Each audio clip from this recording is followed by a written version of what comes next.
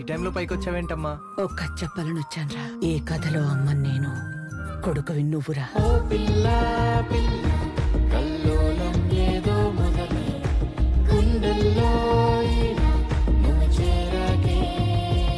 ఓయ్, మిమ్మల్ని చూడగానే నచ్చేశారు. నాకు మీతో రొమాన్స్ చేయాలని ఉంది. నీ అబ్బా ఈరోజు నీ సంగతి చెప్తారా? ఏంటి అడిగితే కొట్టేస్తారా?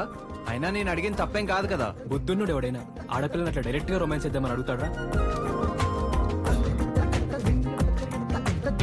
ఇది ఇప్పుడుది కాదా, ఇంకా చిన్నప్పుడుదా? అమ్మ చెప్తుంటే ఎంత థ్రిల్లింగ్ గా ఉందిరా. రే ఏంద్రా బట్టలేంది? నా పిల్ల బట్టలేరా, ఎత్తుకొచ్చేసా. అయినా బట్టలు ఎత్తుకెళ్ళి నువ్వేం చేసుకుంటారా? ఏం చేస్తాం, వేసుకుంటాం. నా కొడుకు ఎంత మారిపోయాడు. టైం టేబుల్ వేసుకుని మరీ ఫాలో అవుతున్నాడు. నాతో ఏదో చెయ్యాలన్నావుగా, నేను రెడీ.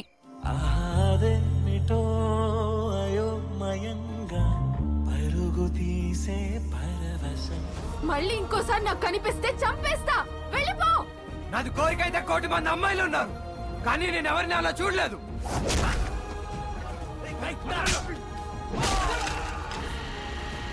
ఇక లైఫ్ లో ఎప్పుడు నీ కొడుకు నా కూతుర్ని చూడలేదు.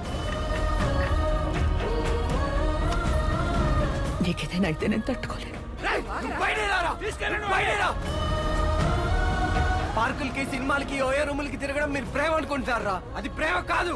నాలా మర్చిపోకుండా బతకడం రా ప్రేమ అంటే.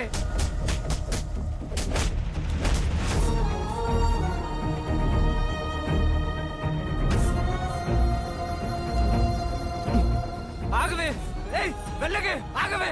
అమ్మా నేను వెళ్తానే, ఈ గొలుసిపోవే, కాలు పట్టుకుంటానమ్మా. ప్లీజ్ అమ్మా.